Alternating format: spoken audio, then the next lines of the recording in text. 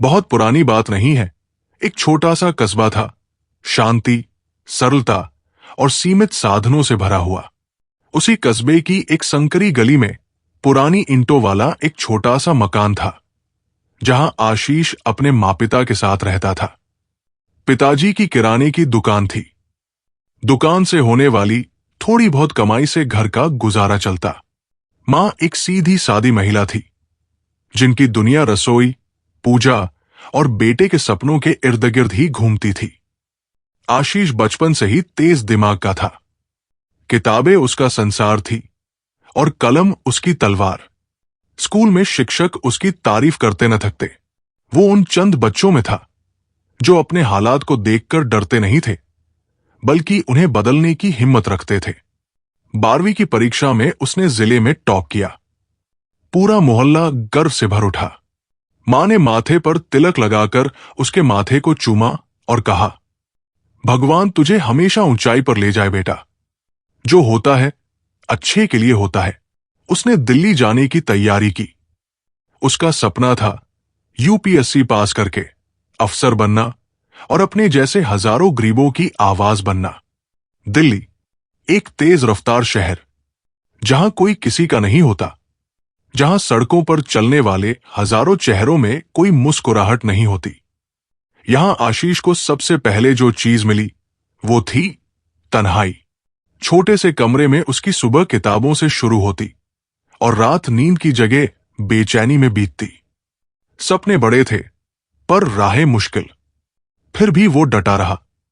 पहली परीक्षा आई और चली भी गई। रिजल्ट आया, आशीष का नाम नहीं था। कुछ देर तक वो चुप बैठा रहा।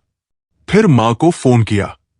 मां ने सुना, मुस्कुराई और बोली, कोई बात नहीं बेटा, भगवान कुछ और सोच रहा होगा तेरे लिए।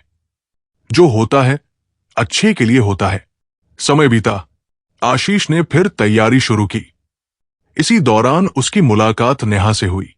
नेहा एक तेज तर्रार, आत्मविश्वासी लड़की जो उसी कोचिंग में पढ़ती थी। धीरे धीरे दोनों में दोस्ती गहरी हुई। वो उसकी बातों में सुकून पाता और नेहा उसकी आंखों में सच्चाई। आशीष को लगा, शायद ये वो हम सफर है जिसकी तलाश हर संघर्षशील इंसान को होती है। उसी साल उसने परीक्षा दी और इस बार वो इंटरव्यू तक पहुंच गया।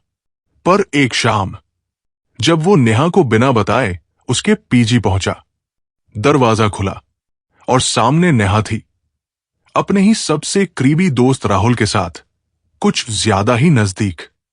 एक पल के लिए जैसे सांसें रुक गई। विश्वास शब्दों की तरह बिखर गया। नेहा ने साफ कहा, आशीष तुम बहुत अच्छे हो, लेकिन मैं तुम्हें कभी उस नजर से नहीं देख पाई। उस रात दिल्ली की भीड़ में वो अकेले एक पार्क की बेंच पर बैठा था। चारों ओर रोशनी थी, पर उसके भीतर घना अंधेरा। रिजल्ट भी आ चुका था। वो इंटरव्यू में रह गया था। सब कुछ जैसे खत्म हो गया हो। पर उसी घड़ी मां की आवाज याद आई, जो होता है अच्छे के लिए होता है। आशीष ने आंखें बंद की और लंबी सांस ली। कुछ ही दिनों बाद वो वापस अपने कस्बे लौट आया। लोगों ने सवाल किए, ताने मारे, पर वो चुप रहा। पिता की दुकान पर बैठते हुए वो खुद से भी कई सवाल करता, क्या मेरी सारी मेहनत बेकार गई? फिर एक दिन एक ग्राहक दुकान पर आया और बोला, भैया अब तो सब राशन मोबाइल ऐप से मंगवाते हैं। वही कुछ क्लिक किया गया, दिमाग में नहीं, दिल में। गांव के लोग आज भी सरकारी योजनाओं से अनजान थे, ऑनलाइन सेवाओं से दूर थे। क्यों न कुछ ऐसा किया जाए जिससे ये लोग भी टेक्नोलॉजी से जुड़े। वहीं से जन्म हुआ ग्राम सेवा ऐप का। एक ऐप जो गांव के लोगों को राशन, दवाइयां, स्कूल की किताबें और सरकारी योजनाओं की जानकारी सीधे मोबाइल पर देने लगा। शुरुआत में लोग हंसे, मजाक उड़ाया, ऐप और गांव, तेरा दिमाग ठीक है? पर आशीष ने सबको मुस्कुराकर सुना और फिर काम में जुट गया। धीरे धीरे उसका काम बढ़ने लगा। राज्य सरकार ने सराहा, अखबारों में उसका नाम छपने लगा।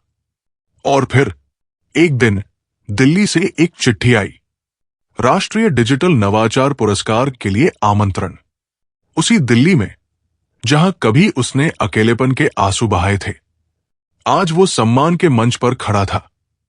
सामने की कुर्सियों पर नेहा और राहुल भी बैठे थे, तालियां बजाते हुए।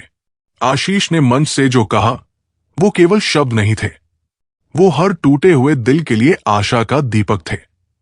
अगर मैं पास हो गया होता, अगर नेहा मुझे धोखा न देती, तो शायद मैं कभी यह रास्ता नहीं चुनता और आज हजारों गांवों तक सेवा नहीं पहुंचती। इसलिए आज मैं पूरे यकीन से कहता हूं, जो होता है वो सच में अच्छे के लिए होता है। जिंदगी कभी वैसी नहीं चलती जैसी हम सोचते हैं, लेकिन यकीन रखिए, हर बुरे मोड़ के पीछे एक नया रास्ता छुपा होता है। अगर आप भी आज किसी कठिन समय से गुजर रहे हैं, तो बस एक बात दिल से मान लीजिए, जो हो रहा है शायद आज समझ ना आए, पर कल जब आप मुस्कुराएंगे तो आप भी यही कहेंगे, जो होता है वो अच्छे के लिए होता है।